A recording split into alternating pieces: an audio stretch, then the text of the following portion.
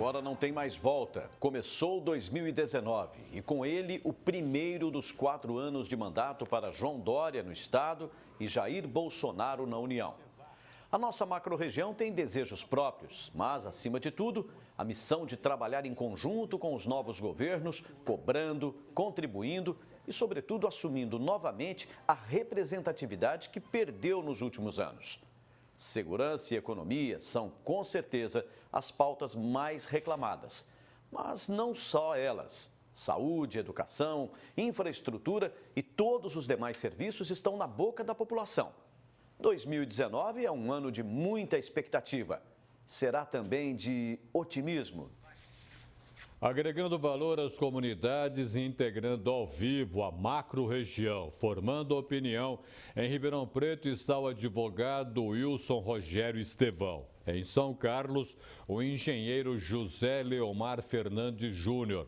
Em Araraquara, o cientista político Bruno Souza da Silva. Em Sertãozinho, o secretário de Desenvolvimento Econômico Paulo Roberto Galo. E em Franca, o especialista em administração pública Toninho Menezes. Vamos começar aqui por Ribeirão Preto. Doutor Wilson Rogério Estevão, o que a gente pode pensar a respeito de segurança?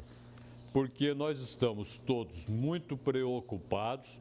Ceará volta a ter uma crise de botar medo e a gente fica esperando que o governo federal tenha soluções que possam valer para todo o Brasil. Boa tarde ao senhor. Boa tarde, professor. Boa tarde, Pulse. Em relação ao governo federal, a gente percebe que é uma tomada de atitude muito mais para o lado do incentivo às forças públicas do que, na realidade, em interferência do Estado na cidade de Ribeirão Preto, na região de Ribeirão Preto.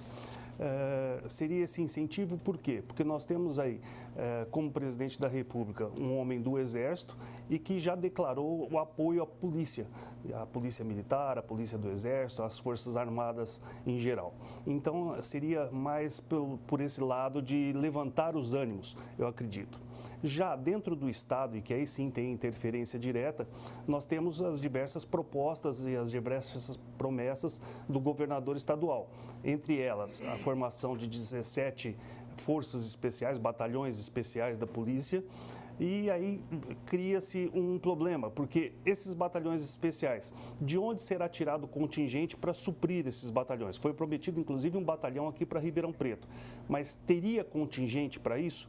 A formação que nós temos iria prever assim a complementação desse número de policiais necessários, ou seria necessário tirar aqueles que fazem hoje o policiamento das ruas para equipar esses batalhões? Então são antagônicos. Há bastante otimismo, há bastante vontade que se acerte, mas fica sempre uma dúvida. Muito bem. Vou agora até São Carlos. José Leomar Fernandes Júnior, engenheiro. A gente fica imaginando que a sua cidade precisa de algumas correções, precisa também de dinheiro. Afinal de contas, como é que vocês podem trabalhar na sua cidade para mudar, dar um outro aspecto neste ano novo, contando com recursos da onde? Boa tarde. Boa tarde. Acho que mais do que engenheiro, eu sou professor da USP há 30 anos na Escola de Engenharia. O que nós precisamos é seguir os conceitos básicos. O planejamento, um projeto na área de infraestrutura, seja no nível municipal, estadual e federal, e daí não é só uma questão das cidades, ele passa pela identificação dos problemas e esses projetos de infraestrutura precisam ser bem elaborados, precisa-se entender que a fase de investigação, das sondagens, das análises do projeto, ela tem que ter o tempo adequado e não é perda de tempo, é você ter no final a obra concluída. A pior coisa que acontece é você não ter uma estimativa de custo. Se você não tem um projeto, você não tem uma estimativa desse custo e normalmente há uma supervalorização, há uma majoração e que depois se vê que até por ser mal elaborado esse projeto, você tem os aditivos e um beneficiamento à ineficiência, quando na verdade deveria ser caso isolado, numa situação de os aditivos aos contratos serem emergenciais e não se tornar uma realidade, né, uma coisa tão frequente.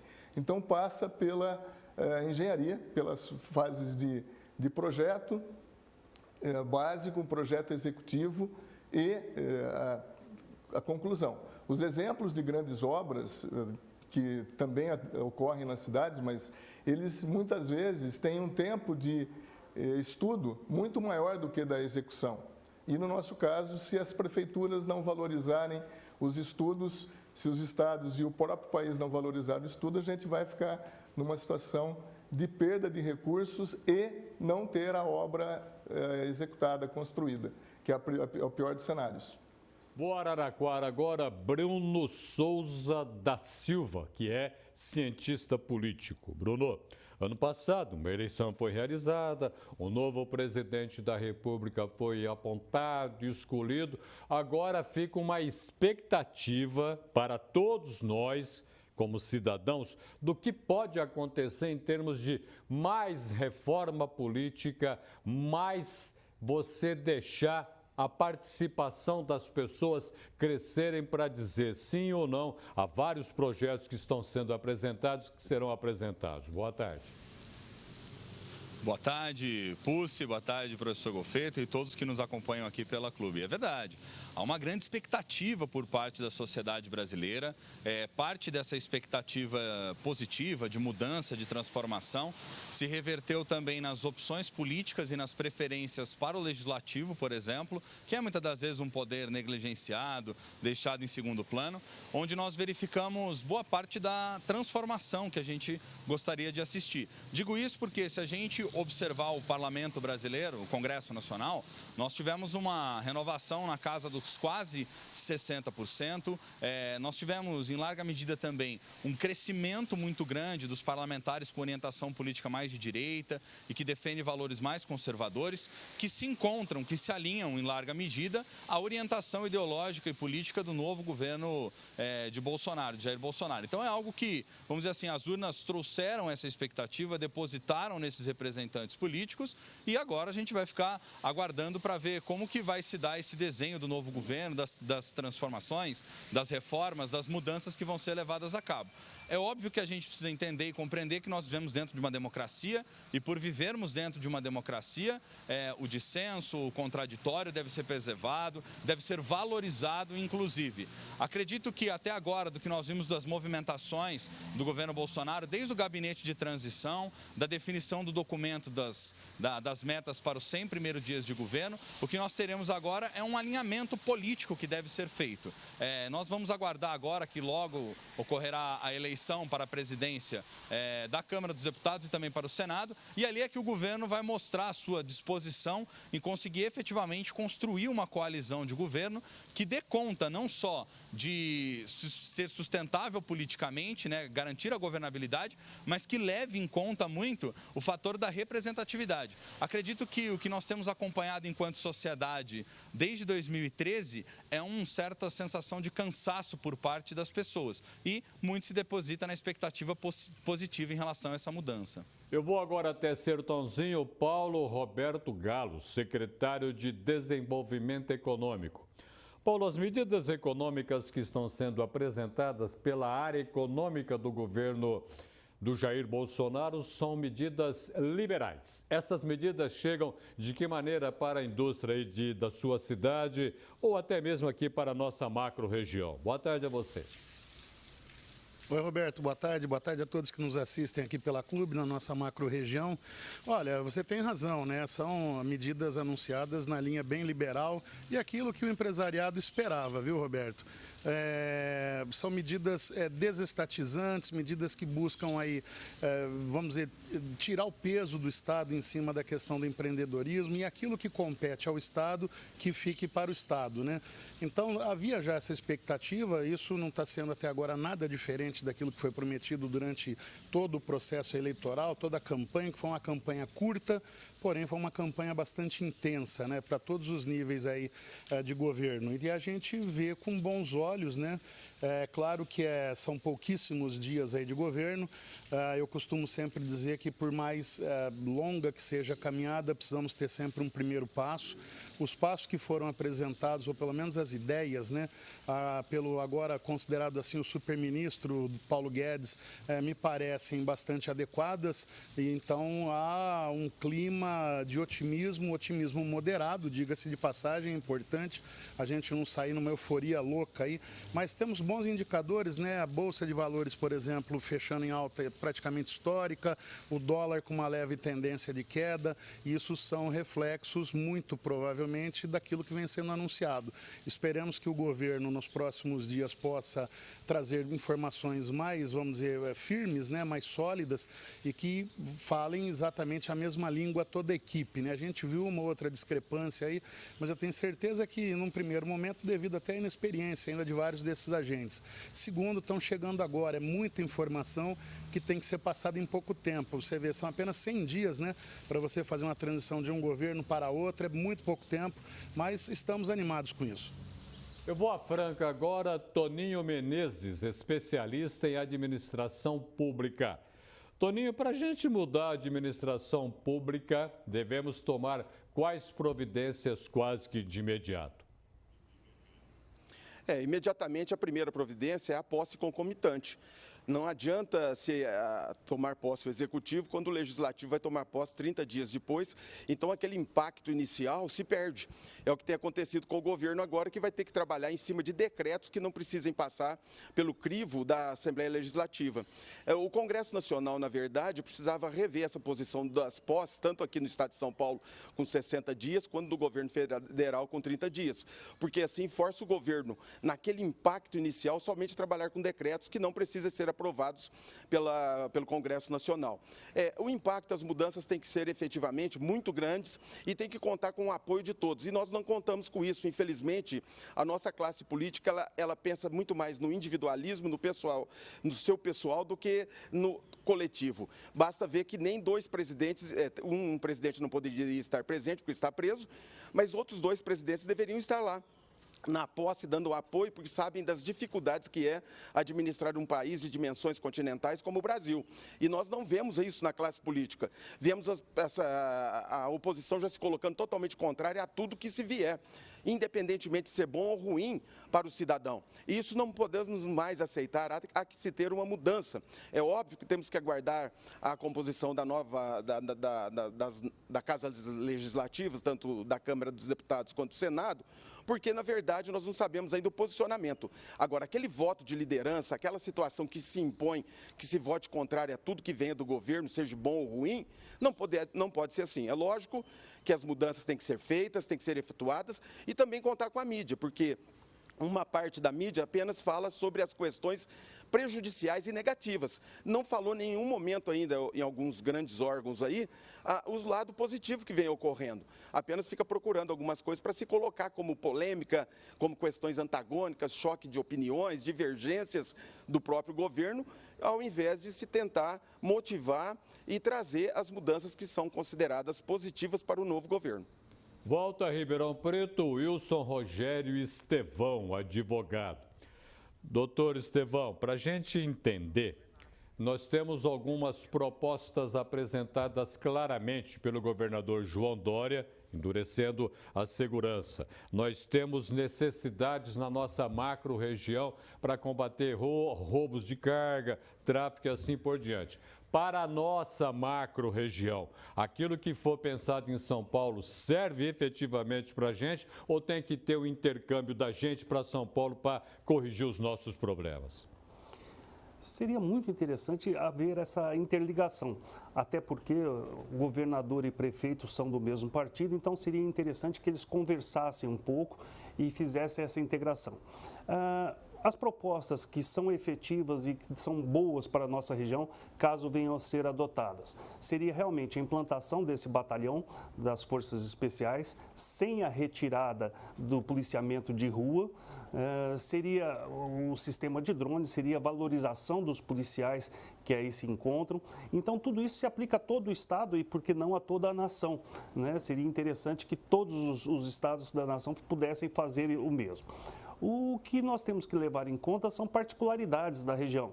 Nós sabemos que em Ribeirão Preto há um grande número de tráfico de drogas. Então, teria que haver uma ação de inteligência para se combater o tráfico de drogas. E junto com o tráfico de drogas, a gente sabe que vem o roubo de cargo, vem o financiamento às facções criminosas e tudo isso. Então, teriam que tomar as atitudes, em primeiro aspecto, inicialmente, essas atitudes geradas para o Estado todo, propostas pelo governador, e depois particularizar as regiões e as macro-regiões. Aí sim eu creio que haveria uma integração onde poderia se sair simplesmente do discurso, né, e vir para a efetividade. Né? Como diz o professor Golfeto, né, aquele termo forjado por ele, a Hemobras, né, deixaria de existir a Hemobras, as placas de Hemobras, e passaria realmente a agir dentro da região e naquilo que é necessário para a segurança pública da região. Vou agora até São Carlos. José Leomar Fernandes Júnior, que é engenheiro, tem militância dentro da universidade aí, da USP, em São Carlos. Enfim, acho que é interessante a visão do engenheiro. O engenheiro hoje precisa pensar de que maneira a cidade nossa, aqui na nossa macro-região, contando com recursos que precisam vir de Brasília e de São Paulo também. Dá para aproveitar quais as ideias do governo federal, por exemplo, para a nossa macro-região? Olha, um dos aspectos que eu abordei na colocação anterior foi com relação ao projeto para as obras de infraestruturas que são necessárias. Um outro aspecto que existe é a manutenção e reabilitação do que a cidade já tem. E andando pelo Brasil, acho que não é só na nossa região, nós vemos na parte de pavimentação, que é a área que eu atuo mais particularmente, problemas muito sérios. Então, para a obtenção de recursos, seja no nível estadual ou federal, você precisa fazer um bom diagnóstico, precisa fazer uma avaliação, e essa avaliação tem que ser técnica. Um aspecto que as cidades têm pecado é esquecer a manutenção preventiva. O problema está tão ruim, a situação está tão ruim, e que até para o prefeito fazer um investimento no preventivo, ele precisa ser amparado, e daí a técnica, juntamente com a imprensa, poderão mostrar para a cidade que ele não está fazendo algo onde não há necessidade, mas que se ele não fizer o preventivo, aquela situação vai ficar, aquilo que custar 1 hoje vai custar 10 depois, a situação vai ficar fora de controle. Então a engenharia ela tem um papel importante de mostrar onde é necessário, onde a melhor intervenção é a manutenção preventiva para evitar o problema de um custo muito mais caro na hora de fazer a reconstrução ou a reabilitação. Vou agora até Araraquara. Bruno Souza da Silva, cientista político. Bruno, para a gente entender, a gente não consegue entender ou não consegue se lembrar quais foram os deputados estaduais que nós votamos. E aí a nossa macro-região perdeu representação política.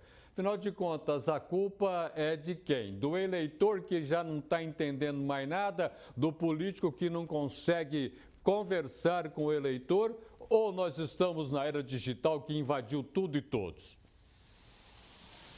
Olha, a gente precisa ter clareza de que o Poder Legislativo, e isso são dados que lá na Unicamp são resultados de pesquisa, mostra que quase 50% dos eleitores, cerca de 2 meses depois das eleições, não se lembram em quem votou para deputado. Então, quer dizer, um primeiro ponto diz respeito ao cidadão fazer a lição de casa, que é minimamente cumprir com a sua obrigação política de acompanhar os seus representantes para poder qualificar, inclusive, o debate público, para poder criar-se uma cultura política em torno da cobrança em relação ao legislativo. Agora, outro ponto importante que diz respeito à representação articulação política mais territorial da região, é importante a gente destacar que, de maneira geral, as nossas regiões, aqui as nossas micro-regiões e macro-regiões, vamos dizer assim, elas perderam representatividade efetivamente. Isso é fruto, de um lado, de uma competição política mais acirrada e de deputados buscando voto cada vez mais em lugares onde inicialmente não buscavam. Mas, para a gente ter uma dimensão, isso não significa que os recursos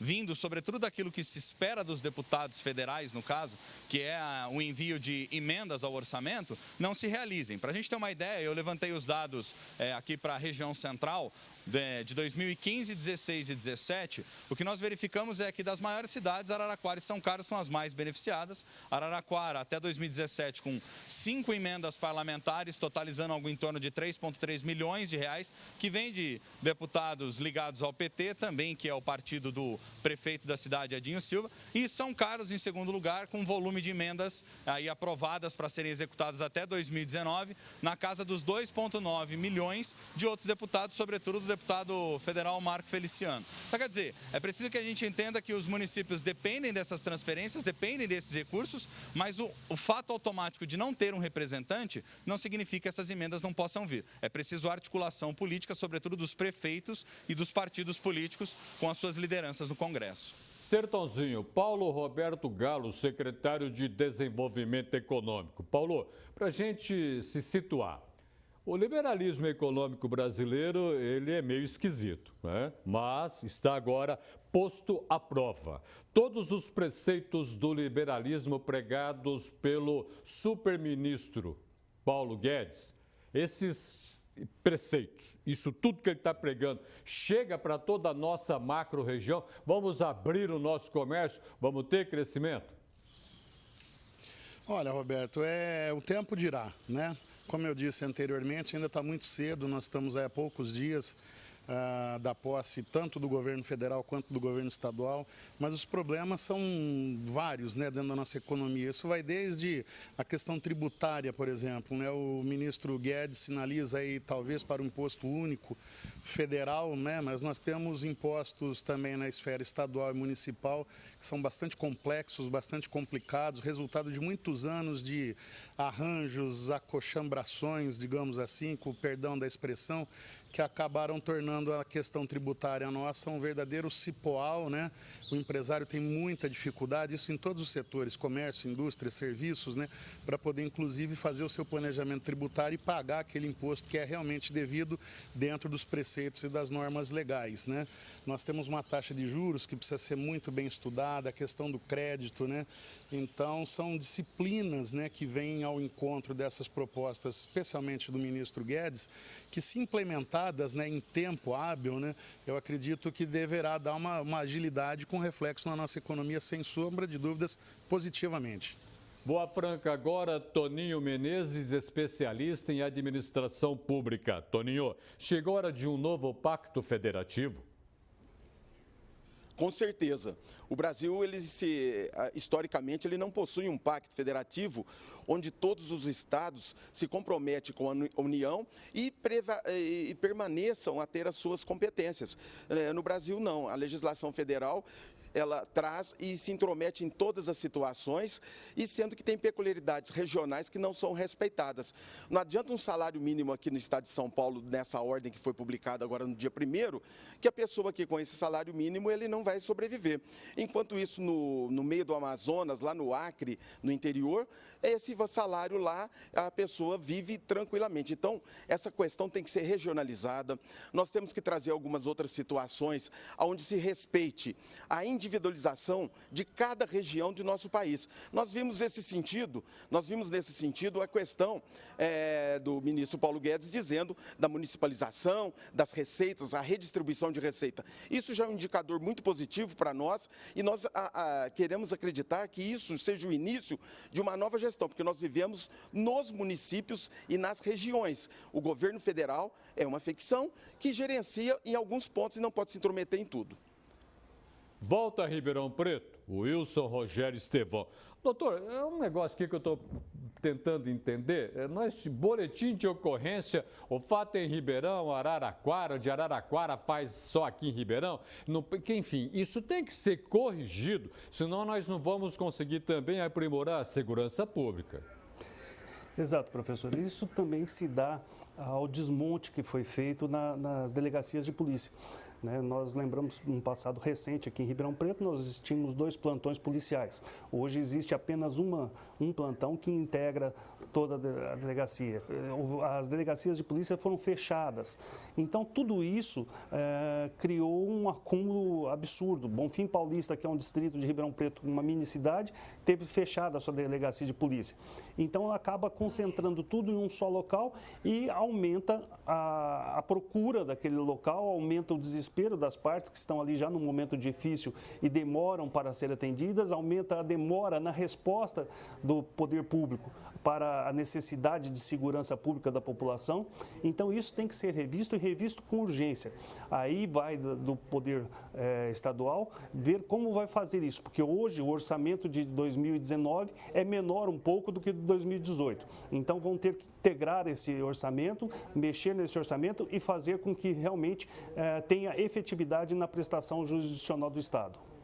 Integraram a macro-região na edição deste sábado do Jornal da Clube. Em Ribeirão Preto, o advogado Wilson Rogério Estevão. Em São Carlos, o engenheiro José Leomar Fernandes Júnior. Em Araraquara, o cientista político Bruno Souza da Silva. Em Sertãozinho, o secretário de Desenvolvimento Econômico Paulo Roberto Galo. E em Franca, o especialista em administração pública Toninho Menezes. O governo, a tônica da nossa conversa hoje, segurança e economia. Economia sem segurança não vai, segurança sem economia não caminha. E o terceiro vértice do triângulo, que você se referiu de 2 vértices, o terceiro vértice é exatamente educação e saúde. Aí você fecha totalmente aquilo que se precisa. Mas na minha concepção, é uma visão muito pessoal e às vezes extravagantemente minoritária, e Henrique Ibsen, no livro Casa de Bonecas, ele diz assim: as minorias sempre têm razão. Tomara que eu tenha razão nessa. O bom governo é sempre aquele que menos governa. Parece uma exceção, mas é verdade, é uma realidade nua e crua. Um bom governo também pode ser definido como aquele que realiza obras de infraestrutura, principalmente. Um bom governo. Agora, um ótimo governo mesmo é aquele que paga dívidas. É aquele que reduz a hipoteca que outros governos anteriores já lançaram para as gerações que ainda já estão vivendo ou ainda aquelas que não nasceram. O pacto social, que é sempre sedimentado na Constituição, porque o respeito à Constituição Federal é a maior segurança jurídica que pode existir, o pacto social é sempre um documento entre os mortos, os vivos e os que ainda não nasceram. Então, um bom governo é aquele que paga a dívida, porque a dívida de hoje é o imposto de amanhã. Precisa ficar bem claro isso. Um governo que faz dívida, ele aumenta a hipoteca sobre o futuro e faz vítimas pessoas que ainda não nasceram. Compromete o futuro do país. Essa é uma modesta opinião que eu tenho. Mas quando nós queremos pretender a mudança da economia brasileira, nós precisamos levar em consideração, também é outra opinião que eu tenho, que o Brasil não é uma economia, Roberto. O Brasil é uma cultura. E daí dessa cultura nasce a realidade política. Vamos ver como é que essa cultura funciona. O toma lá, dá cá. A troca dos favores, todo mundo pede. O eleitor, antes de mais nada, em grande parte, não todos, mas se figura mais ou menos como um mendigo. Rico pede, pobre pede, classe média pede, uma casa de Coab, uma planta para construir uma casa própria, uma autorização do Ministério da Educação ou da Secretaria para criar uma escola, várias e várias, uma linha de ônibus que você quer começar, todo mundo é mendigo. Minha casa precisa de um puxadinho. Puxa de um puxadinho, vai procurar o vereador, o deputado. E não é essa a função que deveria ser de um parlamentar, é fiscalizar. E para fiscalizar você tem que ter a distância. Porque se você for fiscal sanitário de uma prefeitura, você não pode, ao mesmo tempo que vai pedir um favor para o dono do restaurante, e depois fiscalizá-lo, que você perdeu completamente a autoridade para exercitar essa atividade. Bom, de qualquer forma, é a mudança. O Brasil é essa cultura que nós precisamos começar a mudar. E você muda a cultura, em primeiro lugar, estabelecendo instituições formais e informais que mereçam o respeito da população e, em segundo lugar, líderes que venham resgatar confiança perante a opinião pública. E isso exige uma qualidade política, de políticos que fazem a diferença. Porque o que é para pensar política? Você está lendo uma obra política, começa a pensar política, a gente tem que ter a certeza de que nós precisamos de ser racionais para pensar política. Agora, para fazer política, é preciso usar a emoção das outras pessoas. E essa diferença mostra que a atividade política é uma das mais difíceis de ser entendida. Mais difícil mesmo, porque ela começa como arte.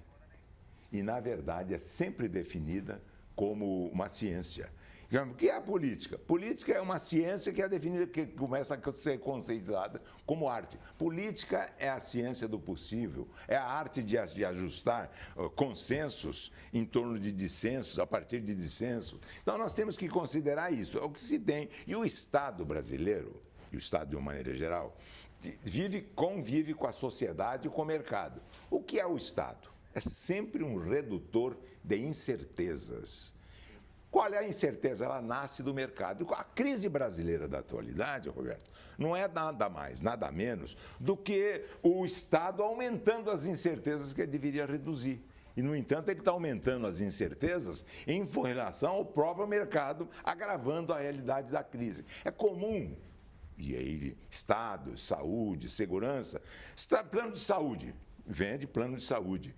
Quando se trata de saúde oferecida pelo governo, ela já começa a ter um componente. É muito comum. Produz água. Você já viu uma indústria de calçados, uma indústria de confecções, uma indústria de tecidos? Não precisa comprar o meu produto, não quero que vocês comprem o meu produto, não. Água, diminui o consumo de água. A energia elétrica, diminui o consumo, economiza derivados de petróleo. É porque o Estado é mau produtor. Ele não produz nada que preste. Ou se produz alguma coisa que presta, é um custo elevado e faz o contribuinte refém dessa necessidade. Então, nós precisamos entender que a cultura brasileira precisa mudar completa e totalmente. E, para isso, precisa de líderes que venham a ser constituídos das classes pobres, dos mais idosos, líderes de jovens, líderes de adolescentes, líderes de toda a sociedade que vocalizem os anseios da sociedade. Muitíssimo obrigado pela sua presença no Jornal da Clube. Eu que agradeço, Roberto. Muito obrigado. Bom domingo para você. A você também. Obrigado.